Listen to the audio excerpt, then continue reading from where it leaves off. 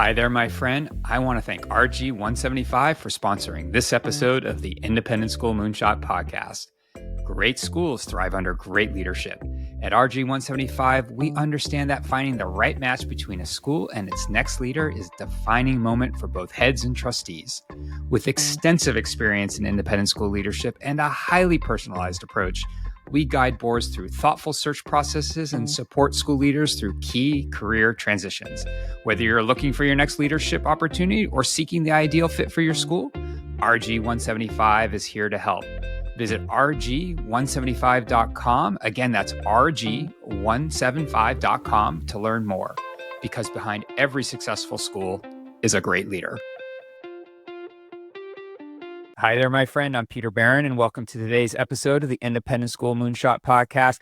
I am thrilled to welcome both Bob Rojee and Kristi Jacobi to the pod. A little bit of background. So they're both from St. Mark's School. They work on the auxiliary side of the house. And I was at a SPARC event back in, Bob, when was that? Was that March? Thank you. Yeah, March back in Boston. And Kristi led a session talking about the transformational work that they're doing at St. Mark's and how they just have quickly ramped up their auxiliary program. And in my mind, it's not only inspirational, but boy, what a model to like pick apart and understand, because it's making a material difference to the school. So they're here today to share that story. I appreciate you both. And thanks for coming on the podcast. Thanks, Peter. Awesome. Hey, before we get going, can you both introduce yourself and tell us a little bit about St. Mark's School? Sure. So my name is Kristi Jacobi. As I referenced in that infamous session, I currently hold multiple titles at St. Mark. So I was hired in the past few years as the Associate Director of Auxiliary Program, acquired the title Director of St. Mark's Summer, which is our camp, and then this past year have added the title of Director of Operations for the school. So we'll talk more about that later. But being at St. Mark's, it is a grades 9 through 12 boarding school in suburban Massachusetts. We are about 25 miles west of Boston. We have around 375 high school students from all over the U.S. and international during the school year, with a population of about 80% boarding and 20% day. Awesome. And Bob, how about you? Yeah, Bob Rojee. I'm senior advisor at SPARC, and I'm uniquely embedded here in a contract to reimagine and run the auxiliary programs. And that started in January of 2022. So I've been here since then, reimagining the auxiliary programs. And we can talk a little bit more about those goals in a few minutes here. Yeah, actually, it's a great jumping off point, because I'm curious, like, you came in 22, clearly leadership at St. Mark's said, hey, this is important. We want to make an investment and grow those programs. Why do you think the school decided to prioritize that in 2022? It actually started in 2018. Okay. And actually, to rewind, and Kristi can give some context after, in 2007 through 2014, the school had a long-standing relationship with a program called XFlow. XFlow came in, ran 8 weeks of summer programming, gave a nice, healthy check to the school. The school didn't own it. Wear and tear, control were continual issues. So in 2014, they eliminated that relationship. Fast forward a few years, they reached out to Nat Saltonstall, the executive director of SPARC, to say, this non-tuition revenue is real. We need it back. What should we do? And again, so in 2018, the Board of Trustees, John Warren, Rob Bookwitz, the CFO at the time, reached out to SPARC and asked to put together a plan. COVID hit. The plan kind of paused a little bit. Summer 21 hit, and they rekindled that conversation and reached out again to Nat. At the same time, Nat and I were kind of kicking the tires of me joining SPARC. So, and I live locally. So it just became an opportunity where, hey, I want to think a little out of the box here, St. Mark's. And if anyone attended, again, your audience attended MBOA this year, the keynote, Kyle talked about crazy ideas. This was kind of that crazy idea, like, let's embed a SPARC employee to reimagine auxiliary programs. And again, being forward thinking of that non-tuition revenue. The other thing I'll note too is wanted to be really active in the town, the community. Pilot, payment in lieu of taxes, is a real issue here, or challenge in St. Mark's. So we wanted to really also enhance our town gown. Got it. So give and find ways to give back to the local community. Yes. Yeah. Yeah. When you began building the auxiliary program, so did the programming start, or did you start to architect it in 18, or was that in 2022? It was the end of 21, 22 when I started to do the due diligence to say, hey, where do we fit? This is a pretty dense market for camps. We're Faith School's right across the street, program that I actually directed in 2012 to 2016. There's a large YMCA. There's a couple other private camps, a big reputable one, probably about 10, 15 miles away. So again, when they reach out to us, where are we going to generate this revenue? Where are we going to add value? Okay. So that's a big question. Where did you start? Like, what was the first thing that you all did? Yeah, I did a market analysis. And again, what we like to do too is that Venn diagram. First, really understand the assets that the school has. 200 plus acres, beautiful facilities, lots of green space. At the same time, what is the need for market? I reached out to all the camps in the area, even though it's dead. They were all on a wait list. So again, starting in January, start to put plans together. April, May hits, and I'm reaching out, and Faith School's on a wait list. The town rec camp is on a wait list. Sierra Tower Lodge camp wait list. Metro West YMCA on a wait list. So I started to really say, there's more demand than So There just wasn't enough capacity for families, right? Yeah. Well, and I think an important piece of context is that there was an internal shift at the school at this time, too. So prior to COVID, the auxiliary programs department at St. Mark's had 2 full-time employees. They were primarily covering facility rentals, internal and external events. And then the third thing they had on their plate, which we continue to have on ours, is the school has a guest house. And so there's a guest house that the auxiliary department manages. So going into COVID, the department looked different, the revenue looked different, and the people who were in that department, by the time we got through COVID, were no longer with the school or with the department for a variety of reasons. So, they had found other options or had moved or other things had come up.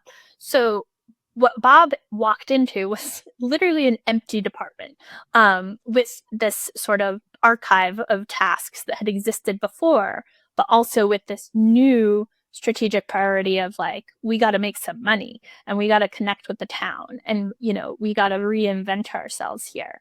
So coming into that, it wasn't even a notion of like, oh, we've already figured out that we want to run a camp. It was like, we just got to do something more and something different.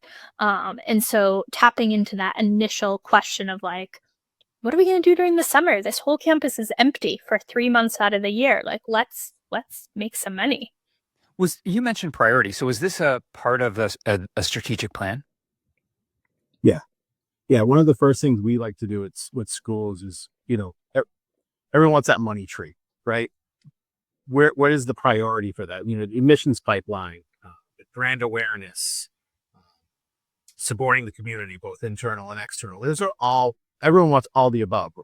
So for us to come in and really understand where, at the end of the day, what is the number one priority?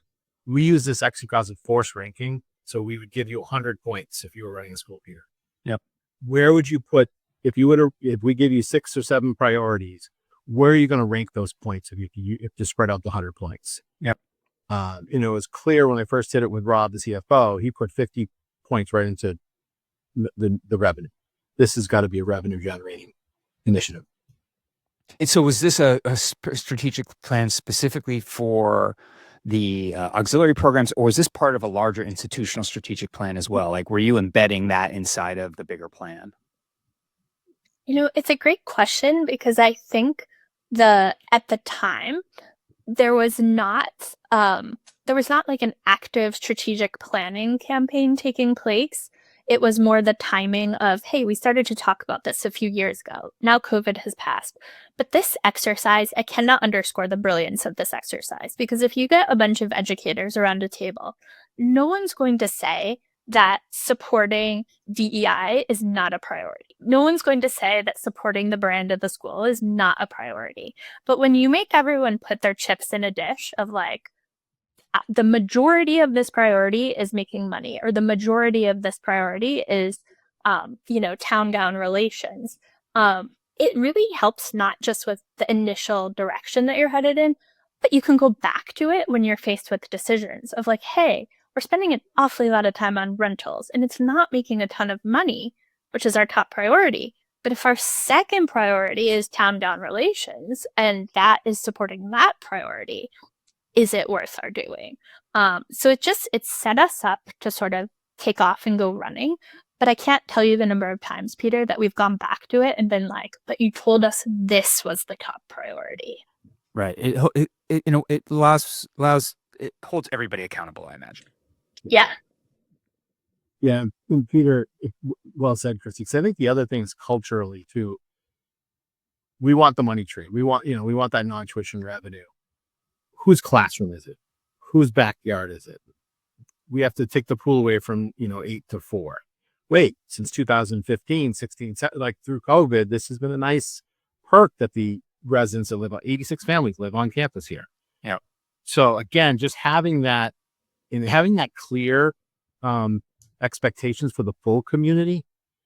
In one of my previous schools, the CFO said, if Bob's successful, we have raises. If he's not, I'm not sure. Now, putting delivery aside, the message was clear. Auxiliary was there to generate non-tuition revenue. Right. And so this was socialized across the entire campus. Like you took these force ranking results and said, hey folks, like this is what we're doing. Sorted. Okay. So yes, I'm chuckling because it's hard to imagine, but it's true that 3 years ago, this was a very unpopular decision to take, as Bob referenced, an empty campus, very resort-like wooded 200 acres with a swimming pool and gyms and everything else you could imagine you want for your kids in the summer if you live here, and say, oh, hey, you can't use any of this anymore. It did take our head of school at the time, John Warren, saying multiple times in front of multiple audiences of the community, we're doing this. Like, I am telling them to do this, and we need this, and you need this, and here's why. The buy-in was not quick. But once we got it going and people saw the success, and I think once people understood this is the priority and this is how we're meeting it, and we're meeting it really well, it became a more tolerable thing. Okay. So let me recap where we are right now. So the planning started in 21. Bob, you came in around late 21, early 22. You did that force ranking exercise and created a strategy around like, how are you going to bring this to market? You did the market analysis. You started the socialization process in terms of helping faculty understand, starting kind of that change management approach. I guess the question I have is like, how did you figure out which programs are viable that not only were they viable offerings, but they align both with your capacity on campus as well as making sure that you're not drifting too far from mission? Yeah, no, it's a great question. And I think also the values that St. Mark's had were important for us. So there was some due diligence done throughout the summer and just better understanding the space we had, the capacity. Again, being a high school and thinking about bringing 4-year-olds to campus was a physical space, auto flushers, bathroom, right? But I had enough data for the fall. Pausing for a second here, Peter. Bringing Kristi aboard was the second big piece to the fall. We benefited from having a seasoned camp veteran coming in to support the initiative, really supporting some of my thoughts. Again, some of this is, hey, we're going to be similar to these other camps, traditional camp.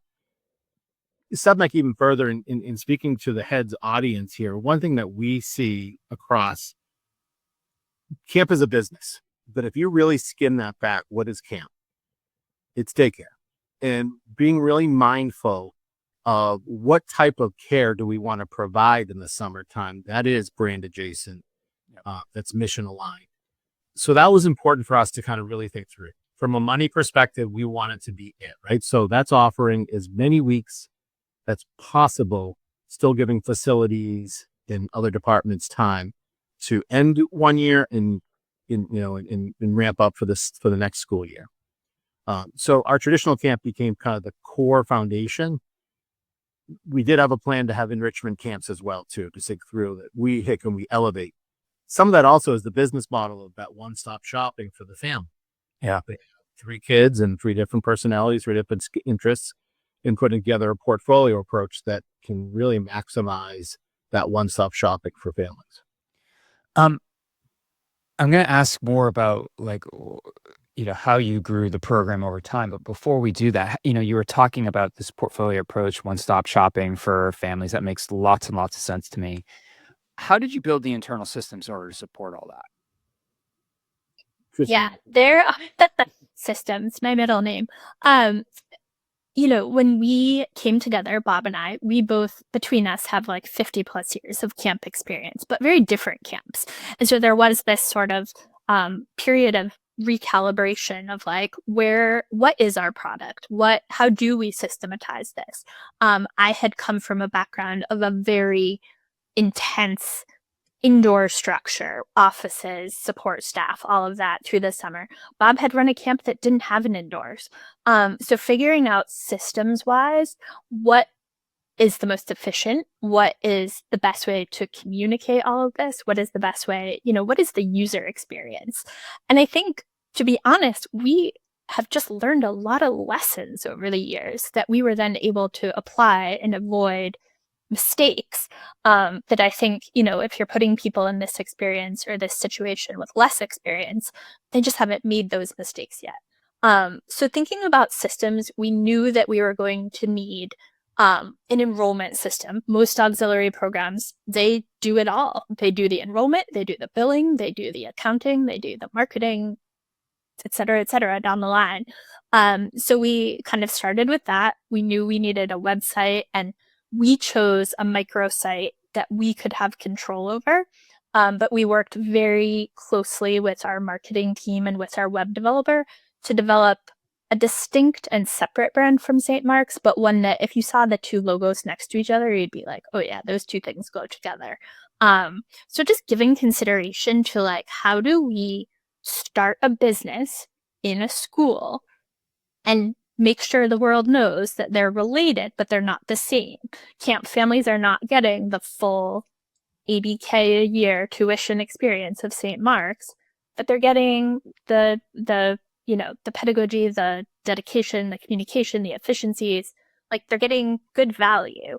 But we're not alienating our school families who are like, why do they get to pay so much less and still get the St. Mark's experience? Yeah, I imagine, especially as you're looking at do you run high school age programs or? We don't, which is so interesting. Just age 4 up through grade 8. Yeah. Do you see this as a potential, kind of segue for families into the 9th grade pipeline?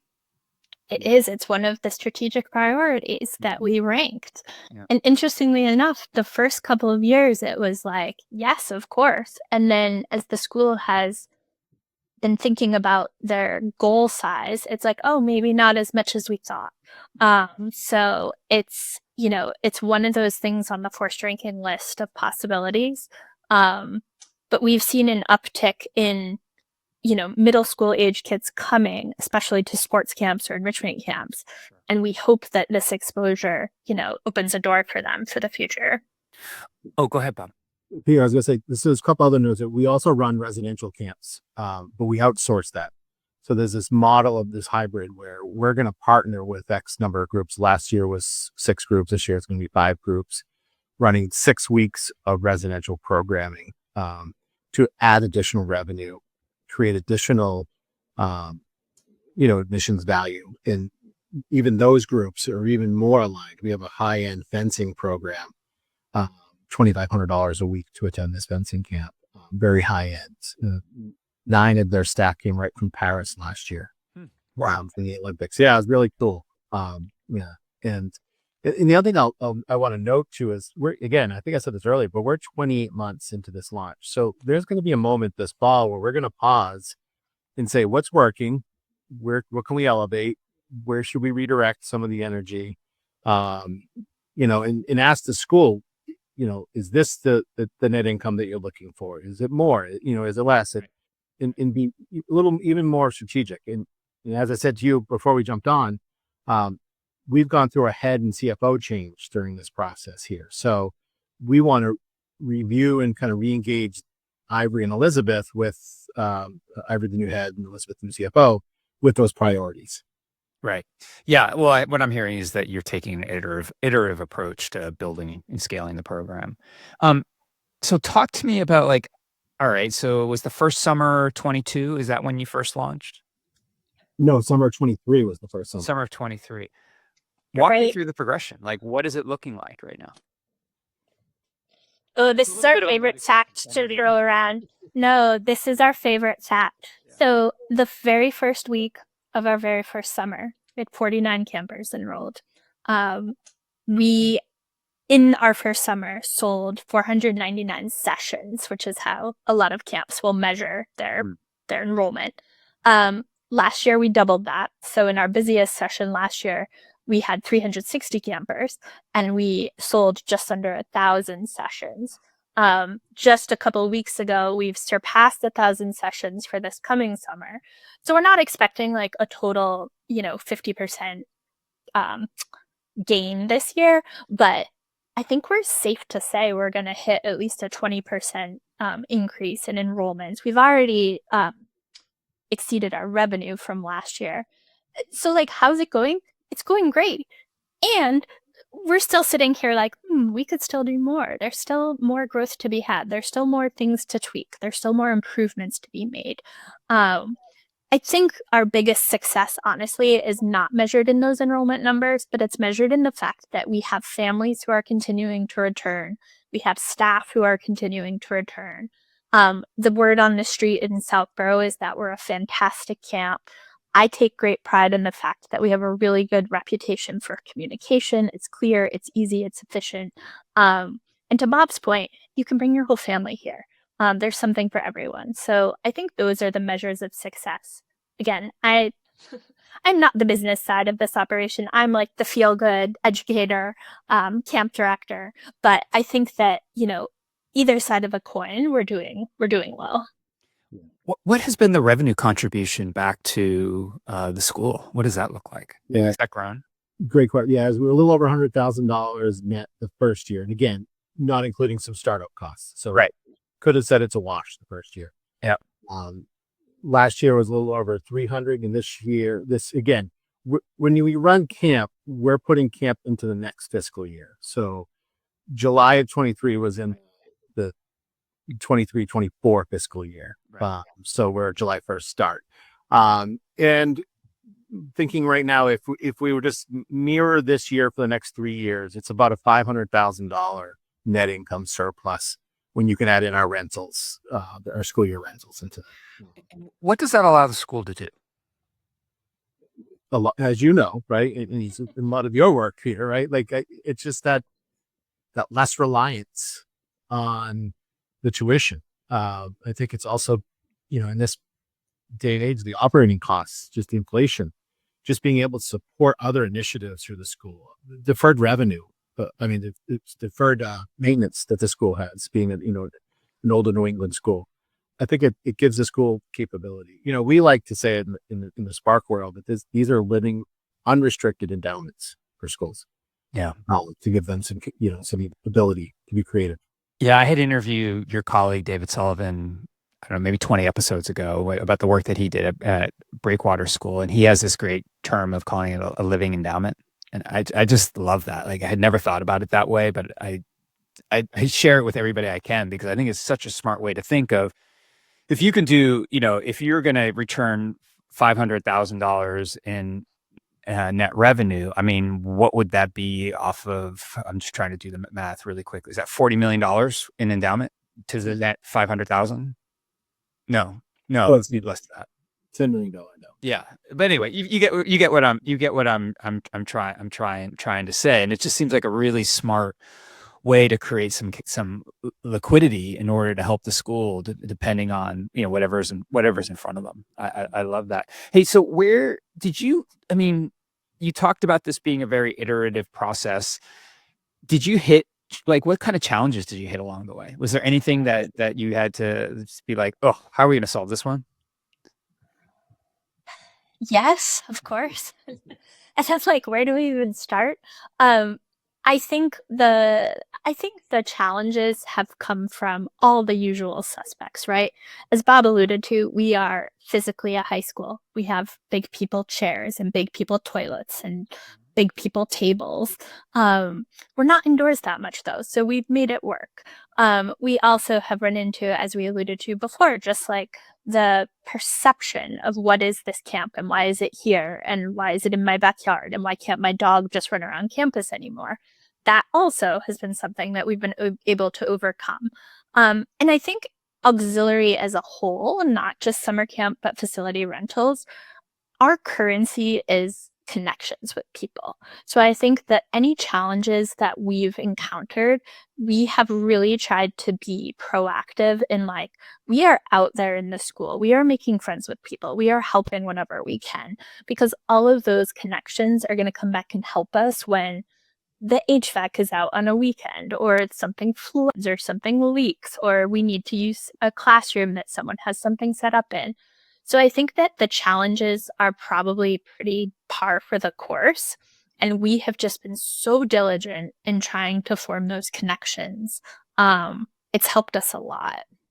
Yeah. And just to add to that too, and again, I think a lot of heads and CFOs worry about the invisible costs that sometimes auxiliary brings to facilities and to other departments. And I think that if you're really intentional with your plan, if you're intentional with your investments, albeit human investments, at times, this can work. And again, just being really intentional. The first summer, again, eyes wide open, we fell a little bit flat at times. The school has Fridays off for staff, 8 Fridays off, and we had residential program, we had day camp. Thursday at 2:30 until Monday at 6:30. That first weekend, we're like, wait a minute, where is everyone clean? No custodial, no facility, no trash being taken out.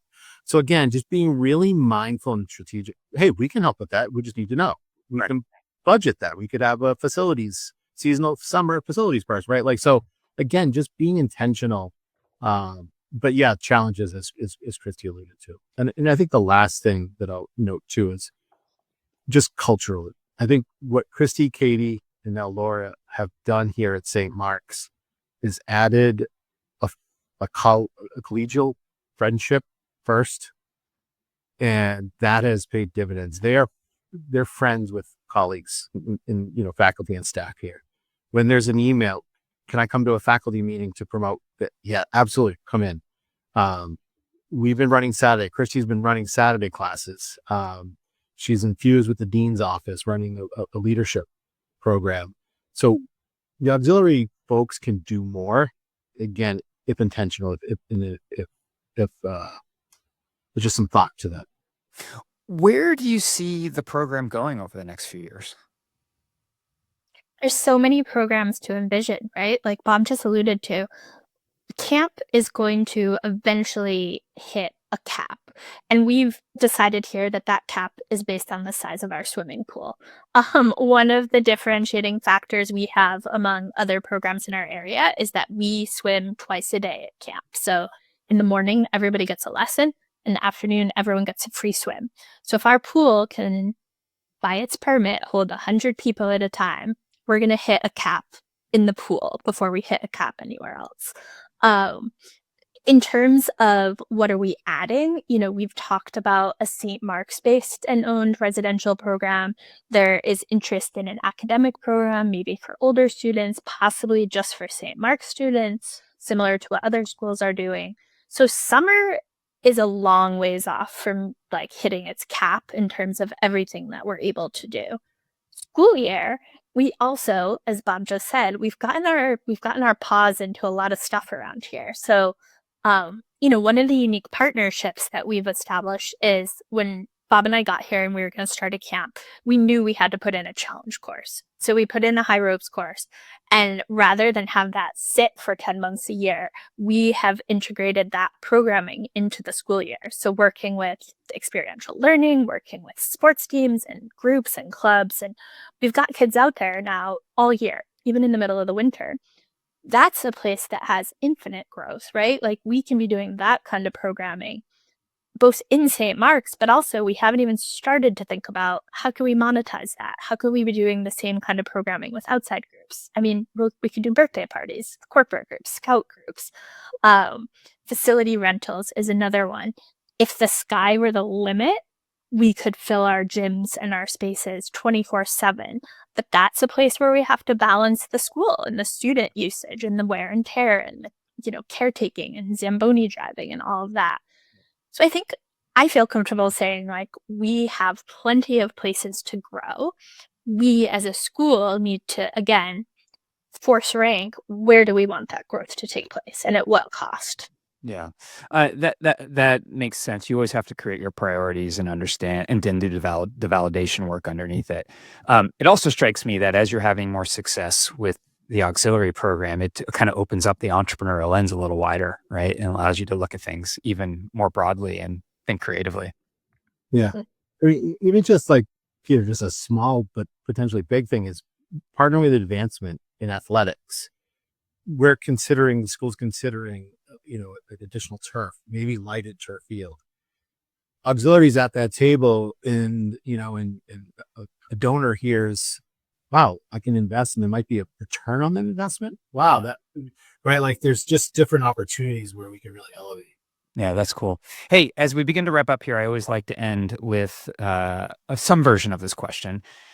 Imagine a school called you today and said, wow, like I'm really impressed by what you're doing at St. Mark's. I think we have opportunity to build something robust at our school, but I just don't know where to start. What's the first thing that they should do? Call SPARC. Call SPARC. Yeah. Well, national.com, right? Yes. Yeah. And again, for those that don't know, we're the NBOA for auxiliary directors, right? We're a membership organization that does consulting.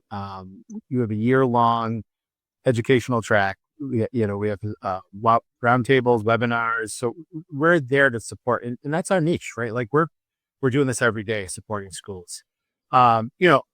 Step away from that. I think developing clear priorities. Ask the why. Why are we doing this?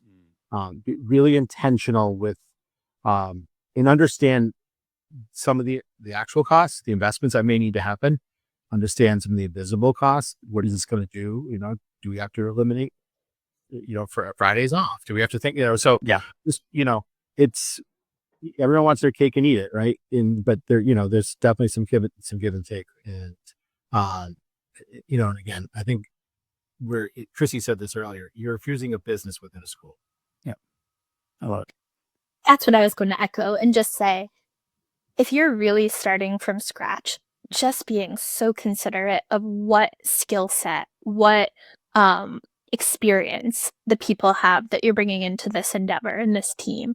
And there is a big difference, and you'll have to decide where you fall on this, between an educator that you can teach accounting skills or an accountant that you can trust to generate good educational programming, and where your school needs that person to fall on that spectrum, what skills they can bring that will alleviate the need for your other departments to have to carry that load. Our communications department does not do anything for camp. We do all of it.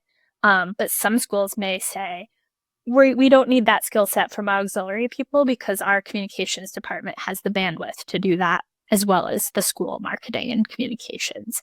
So just diving under the surface a little to imagine like, okay, here's what we want to do, but what are the actual skills that we need, and who is available to do those things to bring it to a successful end?